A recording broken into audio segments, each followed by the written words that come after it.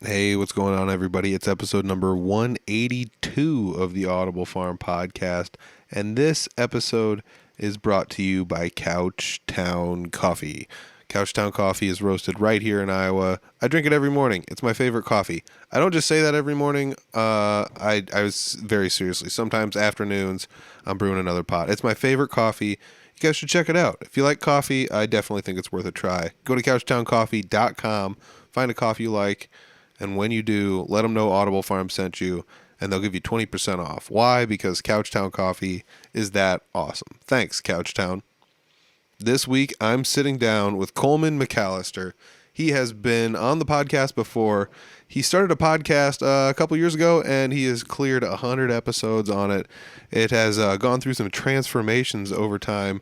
It still has some of the basic same concepts as originally did, but he's just been perfecting it as he goes along. The video is awesome. I've been on the podcast before, and it's only getting better every time he has it, so it's pretty sweet. You guys should check it out. I hope you guys enjoy this episode.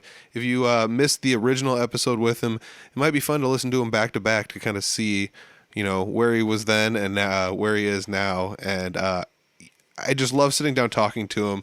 He is a breath of fresh air. I just love the fact that he has the confidence to say what he wants and have some conviction behind it and not just say things willy-nilly for no reason. So I really do appreciate that about him. Highly suggest checking out his podcast.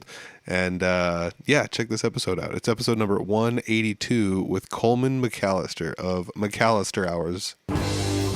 It's the Audible Farm Podcast with your host, Peter Stockdale.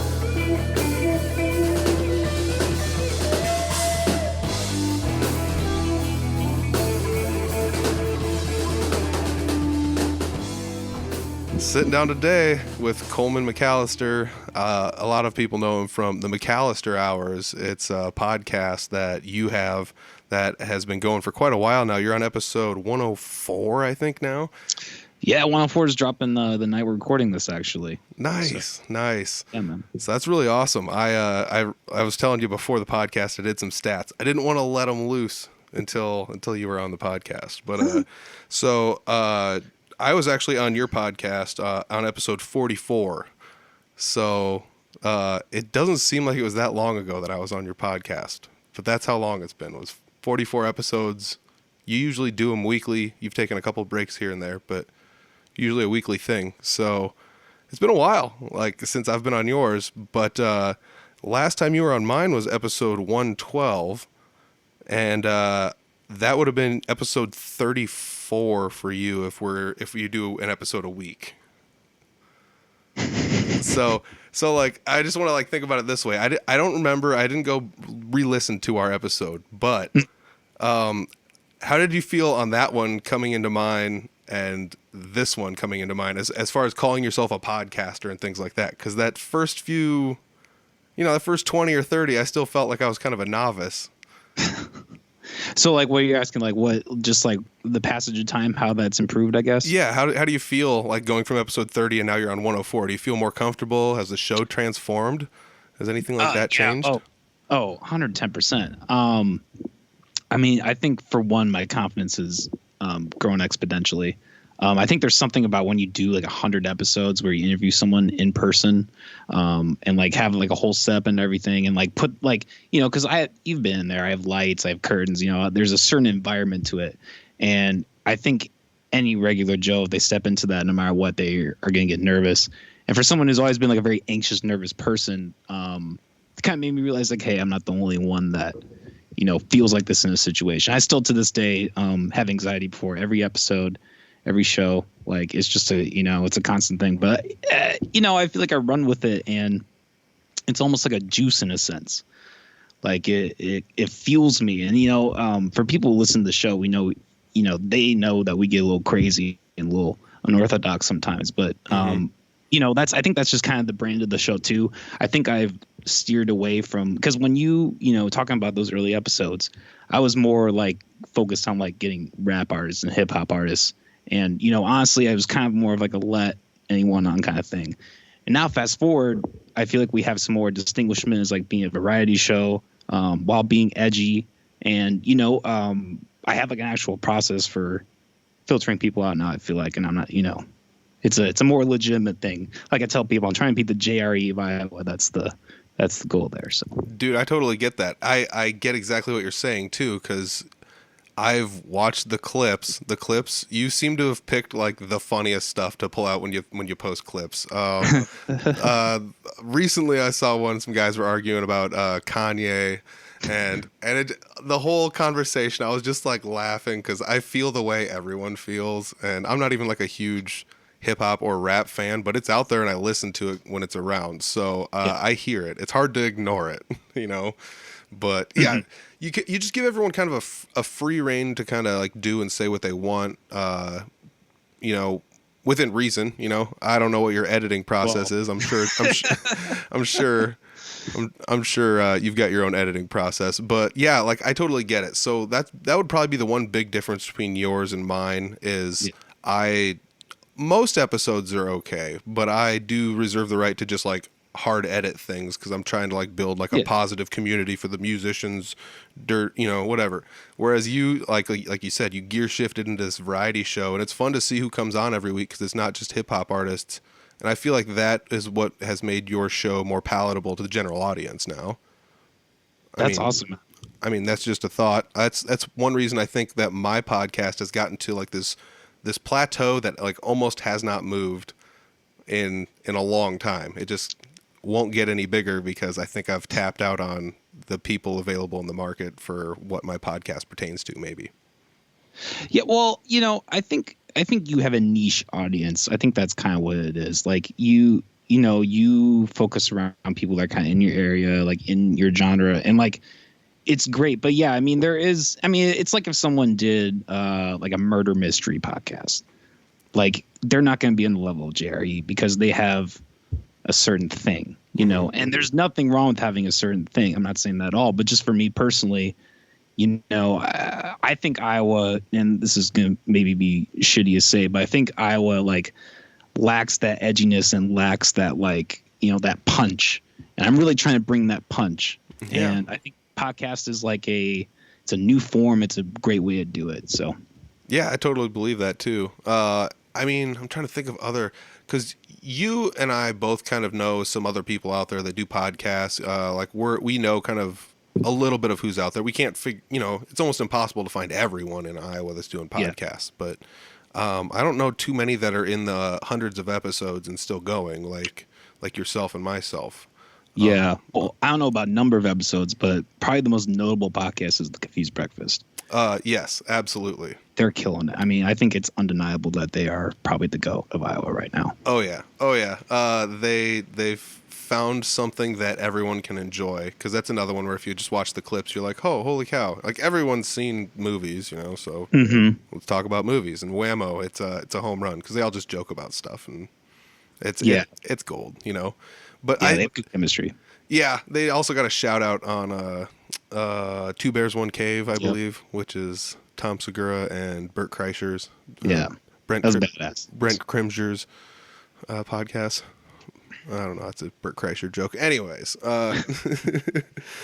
so what do you think has been some of your like best content on your podcast as far as like some of the bigger guests or the things that have been more notable to you as far as you being a podcaster and going out and finding these people or et cetera, Well, I think I first have to shout out the homie Lolo Savage. He was on that same episode. Me and him have a lot of similarities. We're both really unorthodox. We're both edgy. We both say crazy shit, and we both have like the same vibe. I feel like we both have a vibe where like we're emotional, like, in some senses, but we're also very smart. And I feel like we just have a lot of the same intuitions. And I think every time I have him on, it's a great episode. He's not willing to, he's not afraid to, let it fly, say whatever's on his mind, especially if we have a bottle in front of us, it's a great. Also more notably, I've recently kind of reacquainted with an old friend, Jacob the Freak. Both these individuals are actually going to be kind of working together a lot more in the terms of podcasting. I guess in terms of like hype for controversy, there was a instance like I think it was last summer. The Christopher Rollins, I don't know if you're familiar with that. He was a teacher in the Des Moines area who was with a minor. And I put out a really ballsy video the day after because he had shot himself, and I said, well, that's good because it basically shows a good thing that, and it was a really like, it was brash and it was edgy, and I had a lot of bad reactions from that. And that was just, I think that moment kind of defined in my mind, like, I got to either like go with the punches or I need to quit now. Yeah, true. Okay. So yeah, I totally, like when you were starting to explain that, I was like, I don't remember this. And then you were like, it was the teacher. And I was like, oh yeah, I remember this.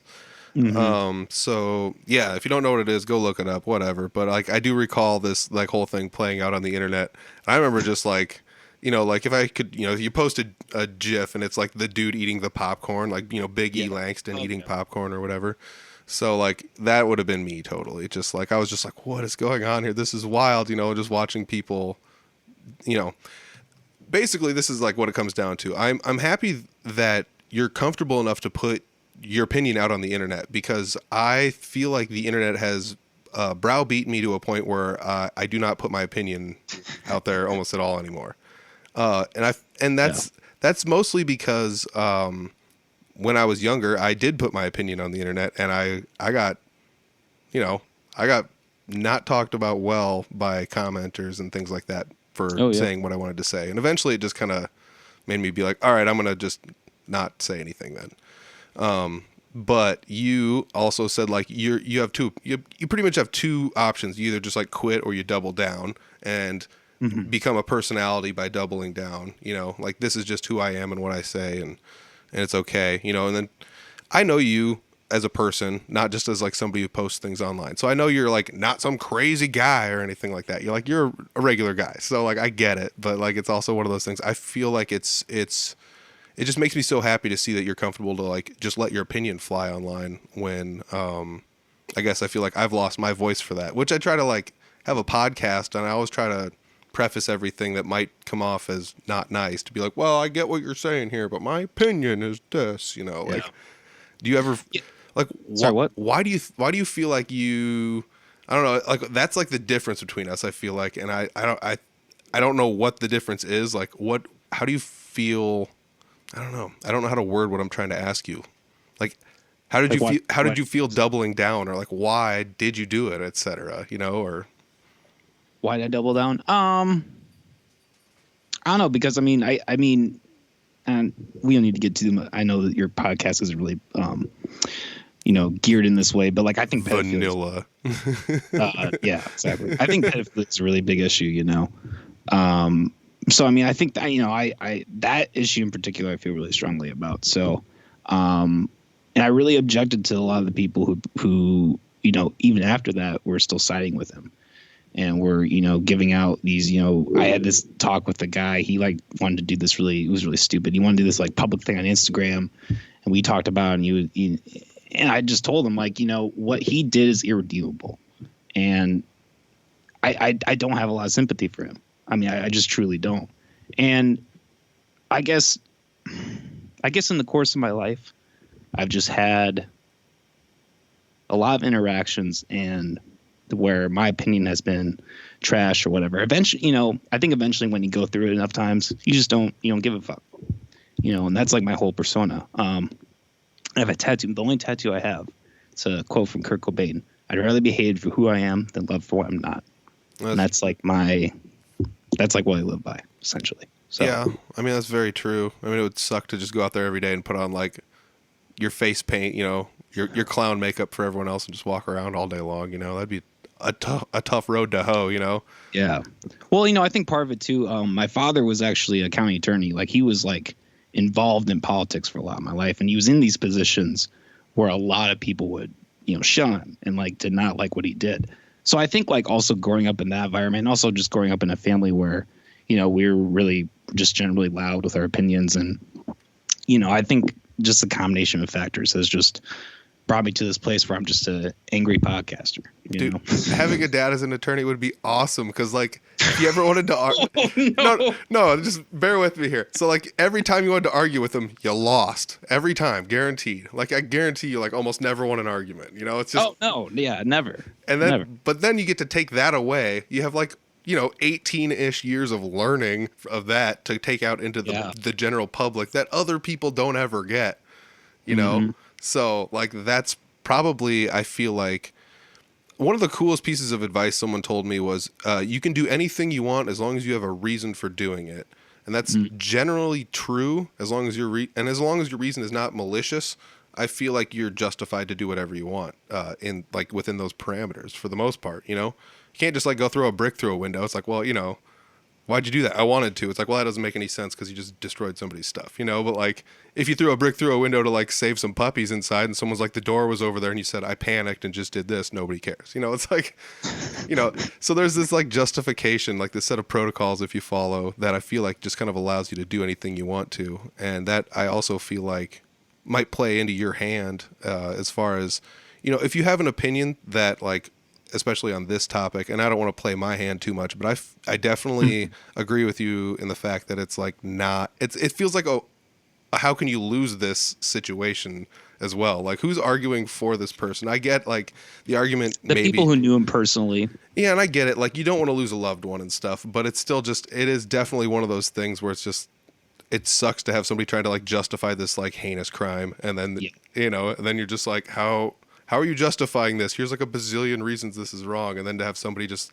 spout an opinion back, and I feel like that is actually like the general consensus of the populace of America today. Yeah, it's like, here's go for sorry, it. Go ahead. No, go for it. I think with like all this being said, with like being controversial, I think that there's the obvious fact that it does well on the internet. It's true. Like, it's like that argument that between Lolo and Jacob about Kanye, like that was another kind of not very small but very like mini controversy itself, and that that boosted the video. Like, it does work. I mean, I'm still at menial level relatively, but I mean the formula is there. Yeah, definitely. And I mean, I totally get that too. It's absolutely hilarious. But I don't want to like drive back into the convo, but I don't know. I don't want this to turn too political. We're already like 15 minutes in and just going nuts on this. But yeah, I don't know. This is your show. Welcome. You just came in and took over. This is the McCallister Hours with Peter Stockdale as the guest. Peter, fuck you. This is my show. I'm just gonna like flip flop. So like I'll be like a little picture in picture now. I'm just like a commentator on your show. It's hilarious. No, I mean I do also feel that like the way the world works, I get it that nobody ever wants to have their feelings hurt. You shouldn't just like shit on someone to shit on them. And I get that. But like, also I feel like I agree. The world is in this weird place where they're trying to argue opinions against facts. And I understand where opinions have some valid, sentiment. But at the same time, like, it's weird that we live in a world where people are scared to change their opinions too. Do you feel like that's a thing? Oh yeah, I agree. I mean, I think, maybe this doesn't make a sense to some people, but like, I think that's part of, again, why I do what I do. Like, this goes into my music too. Like, when I'm being controversial, when I'm saying things that are outlandish, I mean, there is a purpose to it. I'm not just like an angry toddler in a corner just screaming profanity. Like, I'm trying to make people think when I'm saying these things, and I have like dark, and this goes back to my father and the kind of line of work he did, and the people that are in my family. Like, I have a very dark sense of humor. People that know me personally, like, know that I have that. I always have had that, and I think that, again, that's like a brand that does well in podcasting. So it makes sense. Oh, absolutely, it does. I can say this, being a fellow person that has a relatively dark sense of humor. Like, my humor either ranges from like Beavis and Butthead to like, to like, death jokes or something, so like they go from like one end of the spectrum to the other, but like it is weird to be like kind of ostracized or feel like you're ostracized for having that, mentality. You just got to kind of know when, the audience you're around sometimes when to bust out that kind of stuff. Yeah. I think you just if you're going to be someone who is going to be, have opinions and, speak out, that's just, you have to learn to roll with that. Like if you're not willing to roll with that, then don't do it. True. Yeah. Do you feel like podcasting for the last like 2 years has done you any favors as far as producing, making videos, doing all that stuff, being more comfortable at a computer and doing all the editing and stuff like that? Oh yeah. Does it translate to your hip hop at all? Definitely. I mean, the connections I've made in terms of the people that I've rapped with, that's definitely been through the podcast. I don't think I would know as many people as I do now without that, because I was trying to rap in the scene for years before that, and I think it's almost kind of like a cheat in a way. Like I kind of cheated my way into hip hop by like interviewing these people, because it's really about like getting to know people, meeting people, correlating with people. That's really what it all is about. So yeah, sorry, what was your question again? I guess like doing the podcasting, you kind of answered it, but doing the podcasting over the years is like, has any of the skills you've learned there like translated into the hip hop game? Yeah, well, and also the video aspect, obviously, because I'm in video production, so I think like my clips and things like that, the social media promotional type of thing, that's drastically improved in the last 6 months to a year, and that's directly correlated with what I've learned in school for video. So yeah, those definitely play off each other. Yeah, that's definitely one thing I would say. If there's something you have the upper hand in easily over my podcast, it would be the video production and the video quality. Like video is there for mine, and it works, and I put a lot of work into it for what it is, but it's also like, it is what it is. And like, I've been over it yours. You've got, it's not like, oh my gosh, he's got like a whole Tonight Show set out there, but like you do have a place set up and everything looks nice and uniform every episode. It's lit well. The quality of the video is good. So like it's one of those things that I feel like that consistency is definitely going to help you out too. And you said you were you went to school for video production, still going possibly, or whatnot. But I do want to touch on this because I did see this. It was posted literally just a few days ago, maybe even just like 2 days ago when this comes out. But you had a post about having a video that you had made being chosen to be in a contest at like a video festival of some sort. Like, I want to hear about this. Yeah, I really should know the festival. I'm a piece of shit, but it's in the San Bernardino Valley, I believe. It's a student film competition, and I got an email. I received an email through DMAC about this, and I was like, "Fuck it." And so I posted on Facebook. I got like 8 people responding, like, "Hey, I want to do this." I'm like, "Shit, all right, let's." We all found a night to do it. We banged down 4 hours. It's called.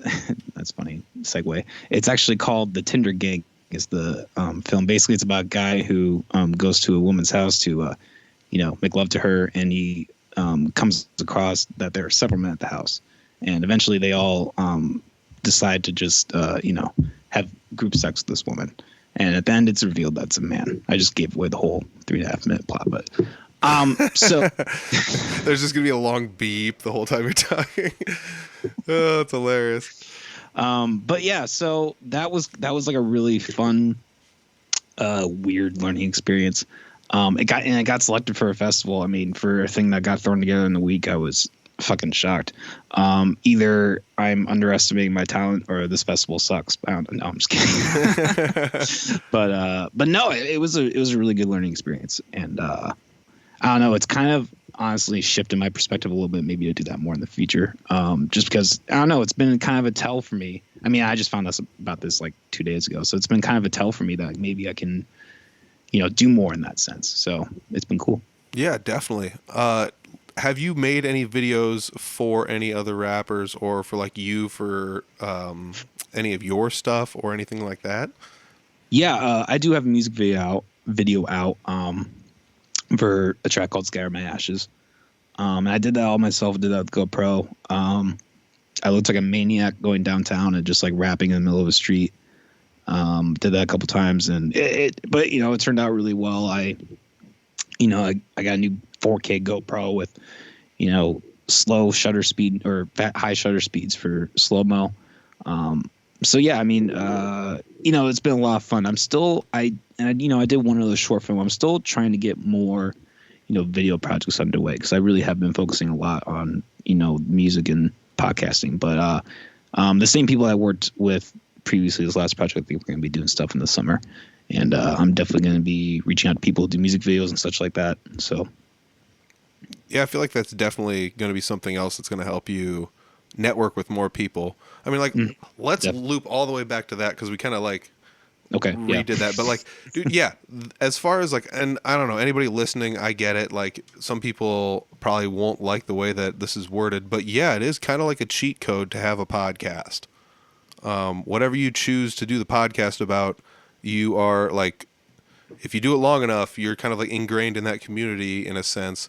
No different than if you if you're a hip hop artist, if you're there in the community for years, people just know who you are because you've been there so long. I feel like that's kind of how just about anything works. As long as you're consistent, you're there, you're putting in work, and people enjoy you, and you can get somebody's attention for years on end. It's just going to be this thing that people will know your name, etc. And then that's the same deal with podcasting. Is if you podcast long enough, I feel like especially once you get to 100, I feel like once you get to 100, it's yeah, this is serious business now.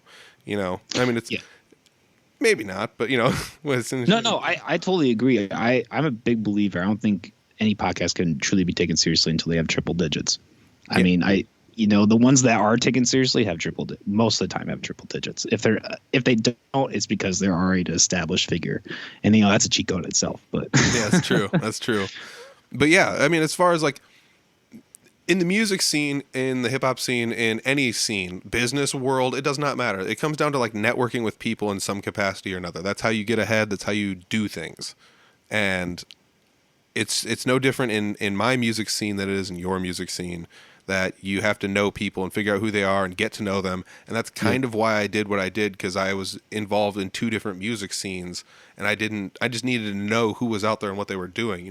Who are the cool people to know, or who knows the answer to the question that I want to ask could be something, instead of just putting it on Facebook, you can get a hold of somebody directly. I need to know this and you did this. So how did you do it? That's, all of that is something, collaborating with people, etc. Picking up new gigs, getting on gigs. It comes down to knowing people, and it may or may not be a quote unquote cheat code, but it definitely is a way to network with people and to, befriend yourself in a community. And now that you're over 100 episodes, I thought you were serious before this, but still, it's one of those things where it's this is a thing that people have to take, recognition of, and then they're going to see you by association as your hip hop name, or me by association in another band or something. They'll be like, oh, you're the podcast guy. I know who you are.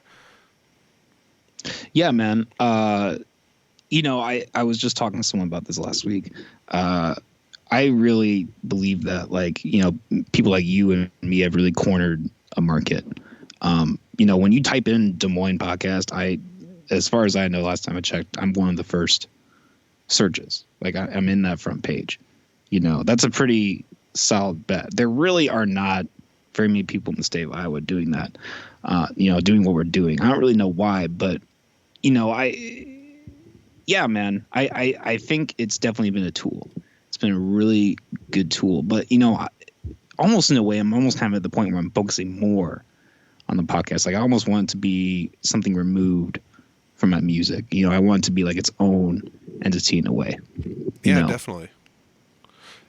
Yeah, I guess mine is pretty much attached at the hip. The only thing I would say is when I first started doing the podcast, I was I'm playing here this weekend. You better come check me out or whatever, or whatever. I was trying to promote all my stuff, yeah. I listen to a lot of comedy podcasts, so I kind of styled mine after a lot of theirs, and that's what they do. Their podcast is an advertising bay for their comedy, is all it is.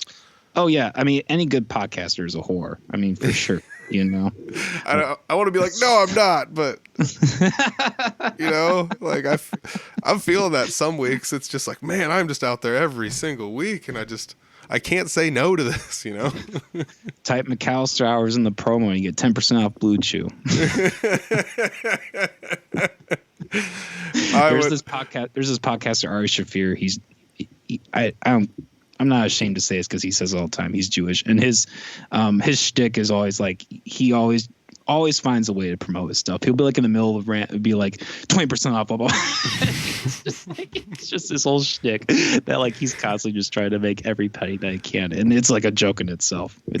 Yeah. Oh my gosh, the community picks on Ari so much. Yeah, I don't know. That's definitely something I love. Finding people that are involved in listening to the podcast that have people from that comedy space, like that interact, like, your Ari, your Burt Kreischer's, your Tom Segura's, your JRE's, et cetera, like all of that giant network of people, your Joey Diaz, Yeah.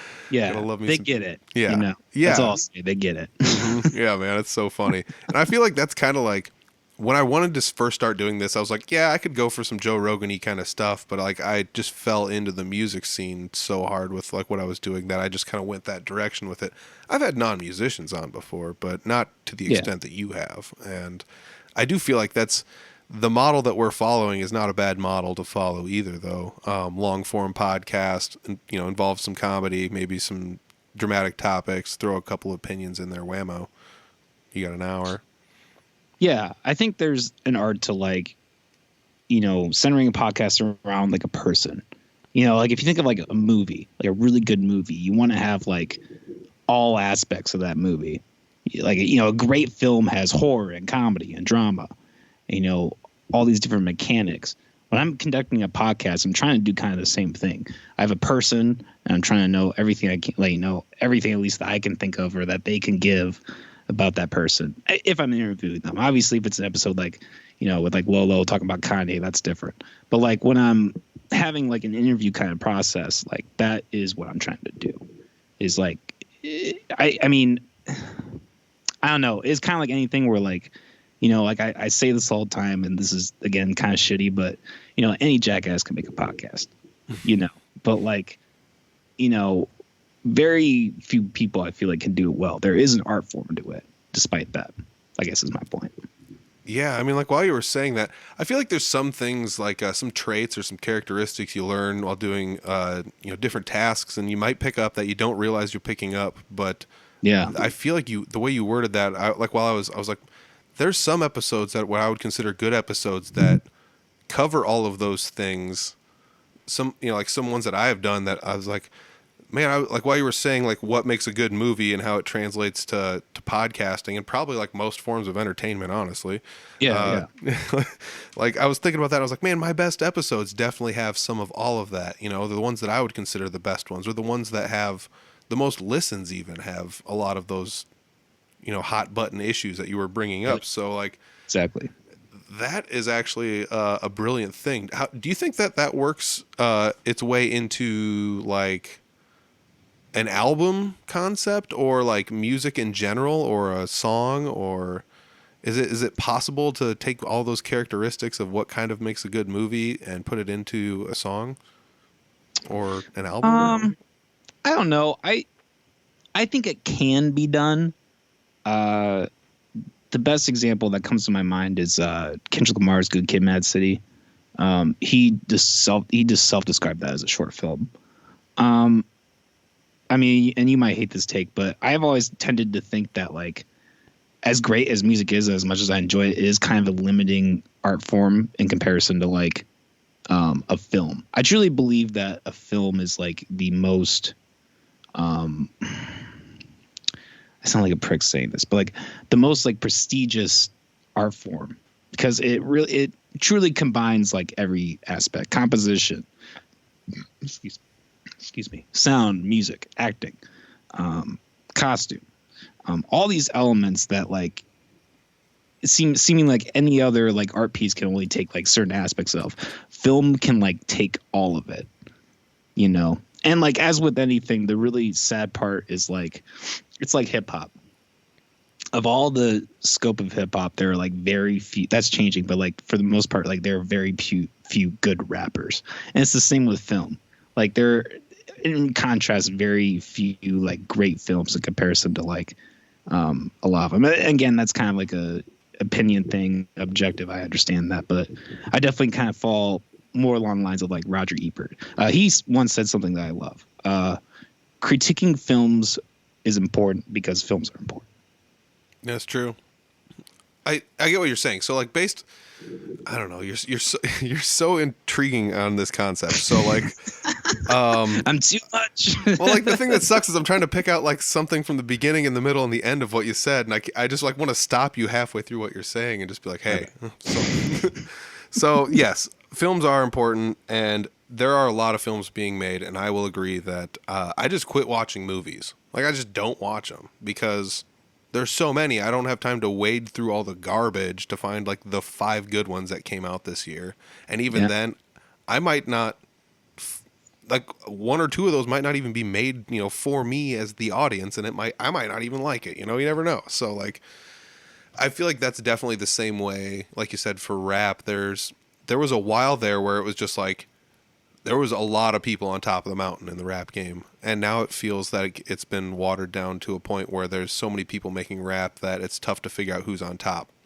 And there's still like your Eminems and things like that, but I feel like when it was Dr. Dre, Snoop Dogg, et cetera, I mean, you can just go down the line and just start naming them, and it's like, yeah, everybody knows those names. Like, there's not terribly too many of those rappers like in the modern era, I guess I would say. Like, I don't feel like it anyways. Yeah, not really. I mean, I would say one group right now that's at extreme prominence is the Griselda group, Conway the Machine, Benny the Butcher, and West Side Gun. But yeah, I mean, I see what you're saying. I think it's like if you look at jazz, right? There was Louis Armstrong, Ella Fitzgerald, Duke Ellington. They were really big people in the 50s and 60s and such. But like 40s, 50s.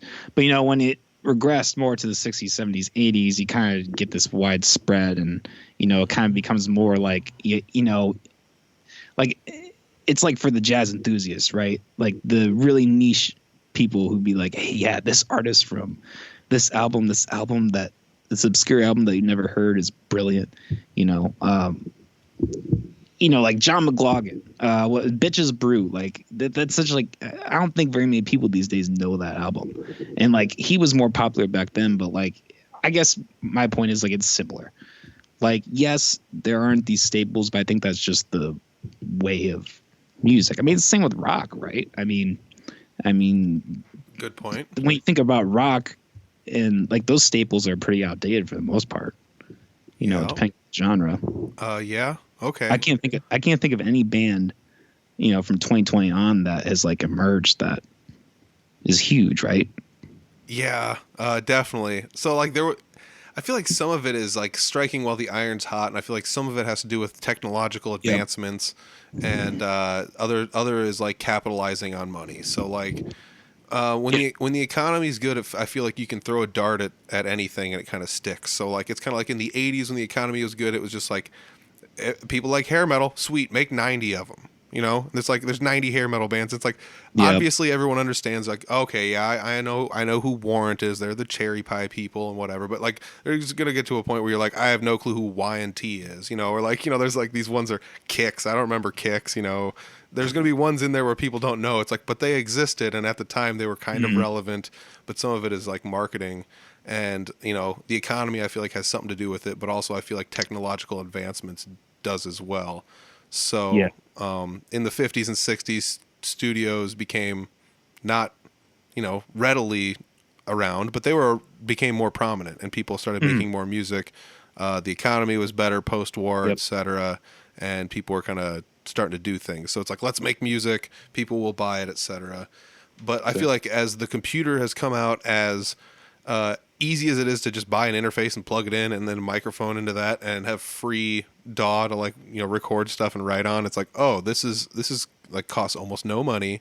It just costs time, and you can just have to sit down and do it. You can make beats. I can record a single over here. I record stuff for people sometimes as demos just for them to have, and I feel like the technological advancement might have created the reason why there's so many people out there like podcasting and etc.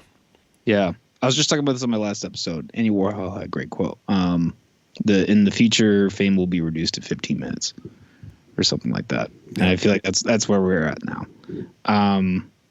Because yeah, I mean, I think as you said, like technology gets cheaper, you then therefore like devalue music. Like, there are people like Anthony Fantano who constantly criticize, Spotify, and he's not wrong to, but he also makes it sound like every single artist on Spotify should be getting paid these crazy amounts of money. I just don't believe that's true. Like, I mean, it's as sad as it sounds, like the more availability you have to people, the quality is just going to get less. The idea of these old institutional studio heads was like that they were picking through prestige music, and that they were like, there was a guy who like listened to all his music and was like, this is what's good. And when you take that away, when you have a platform where everyone can upload their stuff, you're going to naturally lose the value of what the music is. So, I mean, I think that's part of it too. I feel like that's the fun analogy for that would be like there's somebody handing out megaphones and they're trying to make sure only the people with good stuff to say get a megaphone, and then all of a sudden somebody set up a megaphone store and they're all like $1 a piece and everyone can afford one, and now everyone's got megaphones. That's like, I don't know. That's definitely used to be my thing for like Facebook. It's just like, man, like, and it's like as much as you want to use the megaphone, you can. And there's people that are just all day long just yelling out the megaphone, like regardless whether or not it's good to say. And so sometimes it sucks because like those people are drowning out the people with important things to say. And that's, I think, one of the toughest parts about trying to wade through like independent music scenes, left and right, is trying to find out who do I like out of this scene. You could listen to 40 bands and be like, 3 of these are like some of my favorite bands I've ever heard, and like 20 of them, they're not making music for me, And then you could just go down the line, and that's probably the toughest part, is like wading through the people with megaphones that you don't want to listen to. Yeah. Well, and circling back, like I think that's why it's important, the things you and I are doing. Because I think when we have people on our platform, like maybe not my earlier episodes, but for now, the most part, you can assume that if someone's coming on my platform, I like their music. I assume the same goes with you, that if you have them on your show, that you like their music to a degree at least. And I think that is a filter in itself. People are trying to find who's legit out here. Yeah. I definitely feel that, like, I've had people on that I the way I've said it multiple times on this podcast, they don't make music for me.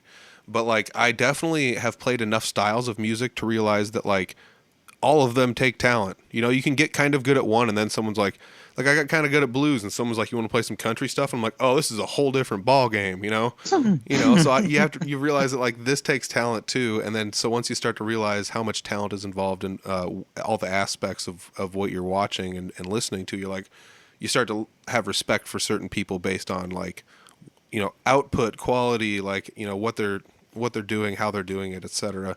So I definitely feel that level of respect for everyone that I've had on my podcast that's a musician. But I also feel like being a musician in and of itself and interacting with enough of them is kind of almost built in an appreciation like that for me.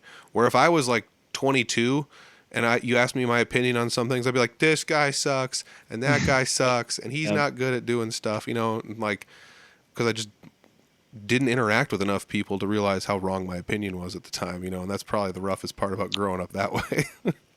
Yeah. Well, and that's kind of like a balance I find myself struggling to strike sometimes, is like, because I'm controversial, I have to kind of pick and choose like where I am with that. Like, am I going to be like a complete asshole to some guy who has like 25 followers on SoundCloud? Like, no, I think that's like, that's kind of malicious, you know what I mean? But like, if I was to criticize, like, say, like, Stevie Wonder's music or something like that, like, that doesn't really matter because I'm me. Like, I'm here in Iowa podcasting. Like, they're like the equation isn't there. Yes. I mean, I'm not going to feel as bad about shitting on his music versus, some guy who's really trying who just isn't that good, frankly, Mm-hmm.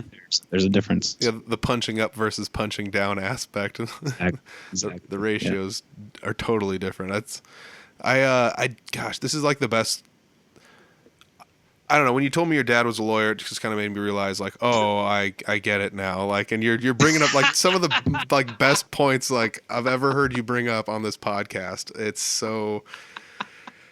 It's weird. I'm putting it all together, and Dude, this has been a great one so far. We've talked about your podcast eclipsing 100 episodes, which congratulations on that. Thank you. Getting out there into the big leagues. The big leagues, but it's still one of those things. I think that like consistency, and just doing things long enough and being in the scene long enough is something that is just makes you undeniable in and of itself. Yeah. I think even if they were like 1 minute episodes each, I think that's an achievement. Oh, absolutely. I don't care if hour long, 2 hours long, 20 minutes, it doesn't matter. Like if you can do anything that much efficiency, like I don't care if you put out one song a month or something, like you figure out some equation and you just do it consistently for long enough, people rely on that and they find you a dependable source for their listening and entertainment. Yep. I took 1 week off in all of the episodes I've ever done. I took 1 week off and just did not do an episode. And I woke up that morning and had text messages like by 6:30 in the morning, like, how come there's no episode? Are you okay? And I was like, I'm fine. Like everything's okay. I was busy, And it's like, that's wild that like literally like 3 people, 1 text message and 2 Facebook messages was just enough to be like, what's going on? It's like, that's wild that 3 people like literally reached out to me personally, Has anybody like asked you about your podcast when you went on these short hiatuses that you went on? Like where I was or whatnot? Yeah. Like after you'd built up like some rapport with some people that, either had on the podcast in the music community, et cetera. They were like, wait, I noticed you haven't put out an episode in a while. What's up? Oh yeah, definitely. I have people that hit me up all the time. I'll tell them like I'm booked for 2 months and they're like, what? I'm like, yeah. I mean, it really does fill up, combining people who want to come on and people I want to have on. Now we're up to twice a week, but that's still only 8 people a month.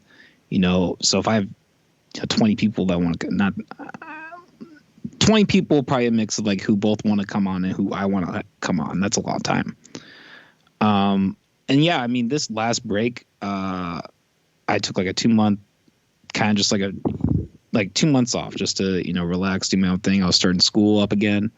And yeah, I mean, I had a ton. This is part of why I have these like episodes I'm uploading is like I ended up having like pre-record all these episodes because I was like, I have like too many people hitting me up who want to pay me to come on my show. And I need to, if I want to do this, like I said, before, if I want to do this, like I have to keep up with that. And it's really exciting. Like it's stressful, but it's exciting. I guess the test of time will tell if I'm actually able to keep up with it, but I'm hoping so. 2 a week, holy cow. Like doing the conversation, easy peasy. Like you're setting everything up, recording, Crocodile Dundee. I can get it done in a heartbeat, but like the editing down just takes, it's not like there's a ton of editing, but there's just enough where it's like I gotta do all this stuff, click save, drag everything over here, wait, and then go over here and click stuff and like blah blah blah, wait, you gotta wait for things to save, and then you like upload and then you gotta wait while it's up, it's just so much gray space in there of just hanging out, and that's the part that I think sucks the most about doing all this. Yeah, well, that's part of why I've emphasized trying to do live episodes, because that takes out so much of that work. I can just do it live in time, download it, trim off the ends, and it's up. Probably the thing I spend the most time on is the clips and the thumbnails. Yeah. I don't do really anything with the episode. I think a lot of that's format too. I once had a guy, he came on my show. He wanted to take the entire episode and edit it himself and give it back to me. And I was like, no, you're not doing that. Yeah.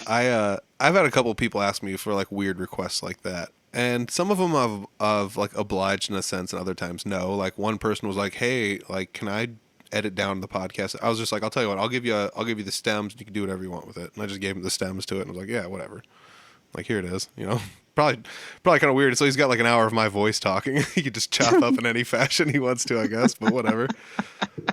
You just wake up the next day, there's a racist compilation of Peter from he just cut up all the words and it's hilarious, like Nazi or something. it's like in a rap song or something somewhere. I'm like drop clips. I don't know. That'd be awesome. That'd be so cool. Have you ever thought about doing that? Pulling clips out of this and just dropping them in weird spots in like songs? Or has there ever been anything said on the podcast where you're like, I'm taking this and I'm making a song out of it? I have had that thought. I don't know. This might just be me being particular, but I feel like those are two things I don't want to mix. I don't want to cross. Yeah. Okay. I understand. I don't know. Maybe that's me being weird, but like I just like when I pull samples, I want to. Like on this last project I did, Enjoying My Time in Hell. I think all those samples were like acted out things. Like like I have a scene where I'm like buying weed and it goes wrong and the cops come and we have a shootout. It's ridiculous, but like all the samples I pulled were like ambience type of noises and like it created a scene. That's kind of more the style that I'm going for. And I don't know. I think as narcissistic of a person as I already am. I think that would just be like amping out to a max. Like I have an album and then we're gonna have an announcer and it's literally just me again. On my podcast. Like, who the fuck is this asshole? That is so hilarious. Like, it's a good point. I just like said it because it was just seemed like a fun question to ask. But like when you retorted with, you don't really want to mix the two, and I was like, yeah, you don't really want to be that guy, and then you just pretty much explained that guy, like it's and now announcing me, it's me. It's just like, oh my gosh. You're like out there spitting hot fire and it's you agreeing with yourself just a whole bunch. Oh man. Yeah. I did do like a thing where I kind of like through that, like in those samples, like I voiced different characters, but like I changed the pitch and like I made it like in a way where it was at least attempted to be different. But I think it would be really weird if it was just black and white, like, podcast, rap, Yeah. I feel like they, just in my mind, they don't really mix. I like to keep them separate. Yeah, that's true. I mean, to an extent, you do kind of want to keep them separate. And I guess I do that like a tiny bit with mine. Like if it comes up in discussion, I'll talk about the music that I play. But at the same time, like I used to have that formula where it's like I talk about where I'm playing at the end of the show, just like every show, and then it's like, I feel like such a shill doing this, so I just kind of quit doing it, and ever since then I've kind of kept them a little bit separate, but unless I'm like bringing someone on that I'm playing with them that weekend or something like that. But I don't know, I do feel that you've got like a lot of crossover between everything you're doing, but at the same time, you're doing a good job of keeping as many of them separate as you can. But yeah, I mean, I'm not saying that like I never promote my music on my podcast, but I guess just like, I don't know, like I wouldn't like do like, there's a podcast, Timcast RL. He was doing a while where he would like the outro was like his own music. Like I wouldn't do that, there, like, yes, I announced, but like, there's still a degree of separation, I guess. Yeah, that's true. Speaking of your music, you got a new album coming up. Have we even mentioned that? We're like almost an hour in already. Yeah. It's called Enjoying My Time in Hell. Out on all platforms. It's probably my most personal and loudest project yet. I don't really hold back any punches. I get political, I get personal. And yeah, I mean, I think it was partially a response to kind of the craziness that we've seen with, politically and socially with, pandemic and things like that. But, just in general, and, just some basic things like religion, politics. And, I mean, I think, so I mean, that was kind of the goal of that album. And, it was a lot more of a collaborative effort.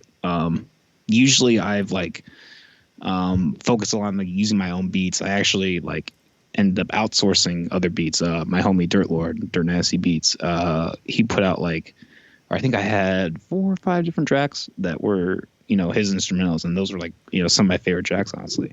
And, I reached out to, other people. This was the first time I actually recorded like in a studio. I'd always done it myself. So I think that really helped with the sound improvement. And if I do, more projects in the future, I have a even better studio setup in mind. So, it's been a crazy journey. I didn't think it would. It's already, it's doing well listening wise, better than anything I think I've ever put out. And, it's impressive. So yeah, it's awesome.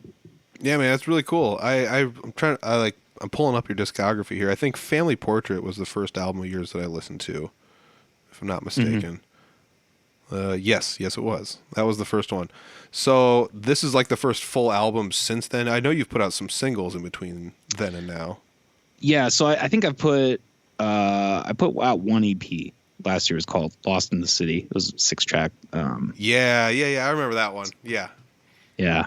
But yeah, this is my first album since like full, it's 13 tracks, about 35 minutes, a little short, but still in the relatively.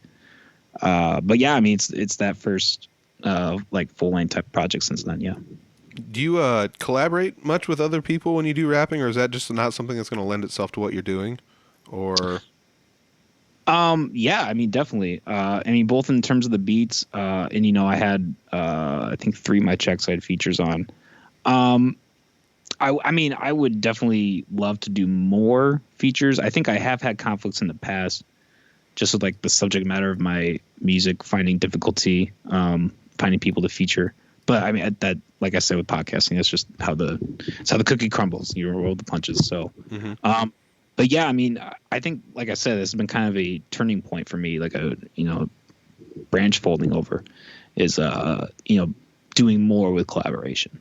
So I think it's definitely improved. I similar to jazz, I think hip hop is instrumental in collaboration. Like I think that is vital. Oh yeah. I feel like that's something that in the mass music scene that has actually been pulled from the hip hop scene is people collaborating. Like I feel like that's something that was almost entirely done with hip hop people. Maybe some older country dudes would do that with like sit down jam session type stuff. But like as far as collaborating, that's like something hip hop did to a T perfectly for 30 or 40 years before mainstream finally hopped on board with that. You see it a lot, especially in the pop and I don't want to say new country kind of areas. There's a lot of those people where they feature in new things. Oh, this is me with that guy. And it's like, you're doing a crossover with each other? It's like, yeah, we are. There's a lot of that going on. Like a Snoop Dogg, Martha Stewart kind of deal, but like with music. That's awesome. And, and that's, there are a lot of people that I have interviewed and worked with. I think this summer and year, they're going to be putting out some like duo albums. And those are the kind of albums that excite me the most. Just the idea of like 2, rap stars, like coming together. It's like it's like a fraction of what Wu-Tang was. Part of why Wu-Tang was so great was because they had 9 different people all collaborating, expressing their stuff, and it was a whole wide variety. It was probably comparatively like probably pretty easy to get everyone to have all that material. So yeah, oh yeah, I mean that's 9 people's better. 9 brains are better than one. I don't care how it almost doesn't matter which 9 you pick, Well, maybe not. I shouldn't say that, but because it definitely would in today's landscape. But yeah, I mean that's something that definitely also has. That's one of those things. Networking. It's easier to network when you have 9 people coming together to, it's like, oh, how many people do you know, and do you know, and do you know, and do you know? You dominate a scene that way. There's strength in numbers. It also comes down to like it works out better if we all kind of stick with each other in some sense or another, whether or not it's I don't care if you're creating false controversy to draw attention to yourself.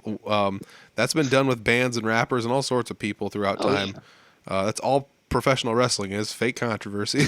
They've made bazillions doing fake wrestling or pro wrestling, fake controversy. But yeah, so like I don't know. I feel like there's a lot of formulas from rap that have been borrowed by so many different aspects of culture that actually are very beneficial. Do you think it would be beneficial to start a like group of people to be like up here? There's 2 guys that kind of join forces. They call themselves Late Street, and I feel like it's very beneficial for them because they can rap individually, but also like promote each other together as one thing. So yeah, I'm familiar with Late Street. Yeah, they're cool dudes. Yeah. Yeah. I mean, I've always pushed for that. I think we have and I think it's already kind of forming in a sense. Lolo Savage's Hip Hop Showcase, there's a lot of individuals through that like are featured in their own things. I think there is a potential for there to be kind of like a super group to come out of Des Moines. There's also another group called Lavish, spelled or lav.ish. They're also a collective. I think they are, well, mini collective. They're 3. But yeah, I mean, I think like a Wu-Tang sized collective would be groundbreaking. I think that would be possibly one of the best ways you could attract attention to, attract attention like that. You think of Slipknot. Slipknot had 9 people. That's exactly what I was thinking. How awesome would it be if the next Slipknot is actually a group of rappers? Yeah, exactly. Just dominated. Yeah, there is awe in like having that many people all, singularly come together and make music. Like that's going to attract anyone. That is exactly. I've said that so much. The one thing I don't miss playing the trumpet in high school or whatever very much. The thing I miss the most about that is like somebody got like 100 children together to play music together, even if it wasn't super great. Like that is mind blowing. When I see bands that big when everyone's all on the same page, I'm like, are you serious? Like it just, I don't care. Like I said, Slipknot's got one guy banging on kegs and that's all he does. Or like whatever, I don't care. It's still awesome to be like, these guys are all together doing all this stuff. I know I just simplified it down. Don't at me. I'm going to get a lot of flack from the Des Moines guys for that. Sorry. I'm getting sick of Peter. Oh my gosh. Never going to be allowed in there again. They're going to close Des Moines at the borders when I drive down. Oh my gosh. Yeah, man, I'll have to check out the new album. I did see some artwork coming out for it. I saw some of your promo pictures that have come out for it. You look very menacing and scary on the front. If someone's man. It's funny because if somebody saw that for the first time, they'd be like, "Holy cow, this guy's scary!" Like if it was a kid me, I would just be like, "I'm not listening to this." Like little kid me. Well, you know what, man? There's a certain audience for my my rap and my music, so maybe that's not a bad thing, That's true. I mean, that's also something I feel like is pretty awesome. Like not just you as a personality, etc., but you in the ability to like make different art forms and produce different media for people to intake. That is unapologetically you is definitely one of my favorite things about you. I mean, just like it comes right back to the tattoo you have. I mean, people are gonna either hate you for who you are, and they're not gonna love you for who you're not because you're always gonna be who you are. That's one of the things I think is one of your best features as far as like listening to your podcast or your music, and like getting to know you a little bit over the years. And it's just like, this guy's just he's genuinely who he is. And you can always kind of count on that being the thing instead of trying to be like, what person's going to show up today? Are they going to, you're not smarmy, if that makes any sense. Is that a word that's probably some word that got deleted 2 years ago and people are like, you're not supposed to say that anymore because it's offensive to smarms or something. Peter, that is one of the things about you that I've always noticed. You have a strange vocabulary, my friend. I can't even like think like that word or like other words. Like there are just some episodes where I listen, you say something, I'm like, what? What is that word? And like we're both kind of like from the same area of Iowa, so like I get there's like a whole vocabulary of things out there. But I just chuckle every time. Every time I catch like you say something like that, I laugh my ass off. I'm glad. Yeah, every now and then I'll throw some weird words out there, especially like old timey words that for some reason are now getting used slightly more. Just because of the internet. But thank you, man. Like that like hearing that made my week. That's awesome. That gives me the boost to keep going. I appreciate it. Yeah, I mean, that's one of the things I'm so envious about when I know people are out there making music and things like that. And I think that's one of my mental barriers I have is I'm not comfortable with my own capabilities to put myself out there like that. And I'm glad there's people out there that are willing to do that because without them, I wouldn't have anyone to talk to. Yeah. There wouldn't be music to listen to. So yeah. I barely am, but well, dude, I love what you're out there doing. New album, Enjoying My Time in Hell, available. I just pulled it up on Spotify, so it's definitely there. Yep. All platforms, Spotify, iTunes, everything. There it is. I'm sure it's on YouTube as well, so check it out on YouTube. Yep. Also check out Mcallister's podcast every Wednesday and Saturday at 7 p.m. on YouTube and every other platform. So Wednesday and Saturday at 7. That's 2 days a week now. It's pretty awesome. You did you ever do a Patreon or anything like that? Yeah, oh yes, I do have a Patreon. It's kind of a slow start right now because I don't have very many people, and I've been struggling to like get extra episodes up. But Yes, we do have a Patreon. We are going to be ramping that back up. So please check that out. Yeah, definitely. Dude, the Patreons are nice. Like, you can put bonus content on there. If you ever have to edit anything, you can leave it, unedited and throw it on there. That's a secret about my Patreon is if I ever do edit anything, I usually get pretty lazy on editing the Patreon, and I'm just like, I'm not going to go through and re-edit this. I edited the audio. It's good enough. I'm just putting it out there. So if there's anything I edited, go listen to the Patreon. You might get a little bonus material or something, Do you have any bonus things in plan for like the Patreon? That's like been the one thing I've struggled the most with as far as making a Patreon. Like I always feel like there needs to be something extra on there that's not anywhere else, just for these people. So my goal is to do one extra episode a week. And something I like to do is we do the live streams, not every Saturday, but we try to do it every Saturday, and then we'll do a members only segment. So if you subscribe to the Patreon, you'll get a post with a link to a private, semi-private live stream where it's the same guest that you just saw, and we go a little crazier, a little wilder. So yeah, that's kind of that's the extra content. That's awesome, dude. That's sweet. So you definitely, like, that's the other thing. When you hopped into the podcast game, you knew what you were doing. You were pretty much just like, I'm making artwork for everything. I'm taking all of the social medias I need. I'm doing all the stuff. I'm setting this up. I know the basic formulas I have to follow, and you've just been perfecting it, for the last 100 episodes, which is really awesome to see you coming around and doing all that. So hats off to you, man. 2 episodes a week. I don't know how you're going to be able to do it, but you're pulling you're pulling it off. I'm having a hard time doing 1 a week. It seems like some weeks. So, man, it's that's wild though. I'm really happy for you doing all this stuff. Happy for you with the video that you produced. That is also going to be in a contest. You'll have to let us know online how that all turned out. Yes, hopefully, like within a month, that'll be.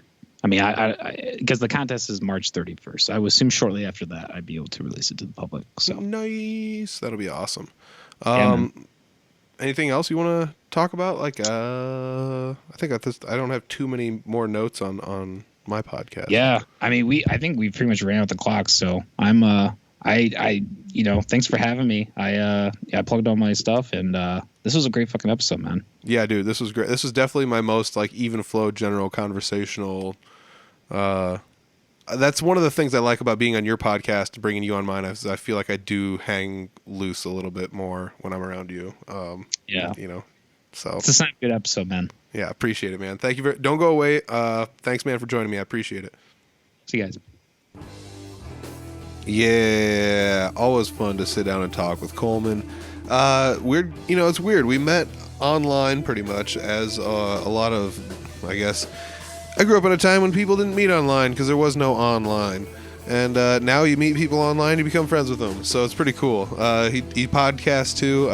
When he first started his podcast, he'd bounce ideas off me, and he's been chipping away at it for 100 episodes, and now it's amazing. It's so much fun to watch his podcast because if people get into a heated debate about something, it's really fun to watch body movements and things like that, and watch people do that. So you guys got to check it out. He has all sorts of people on there that talk about all sorts of things. Really, from what I can tell, there's not too much that's off limits. Like he said, it's kind of a variety show, so that's really, really cool. Definitely worth checking out. There's links down below for all of that.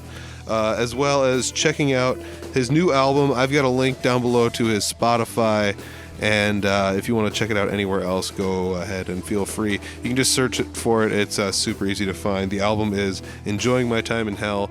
That's where the promo pic came from this week. If anybody checked out the promo pic, yes. So check out his podcast, check out his new album.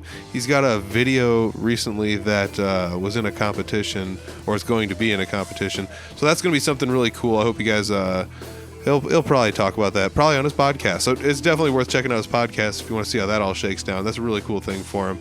Hopefully the video production takes off for him. Maybe make some music videos for people and do all sorts of stuff like that. And that's definitely a fun market to hop into. I know there's a few people up in my area doing it. There wouldn't hurt to have a few people down that area doing it as well, just busting them out. So it's really cool. It's really cool. I mean, it's so crazy because he's doing all this work. He's working, going to school, and doing podcast more frequently than I am, and then also doing music on the side, as making music, putting out an album, etc., etc. So videographer on the side as well. I mean, it's just non-stop for this guy, and it's really cool to have him out there just grinding away. So hats off to him doing what he's doing, reaching triple digits on the podcast.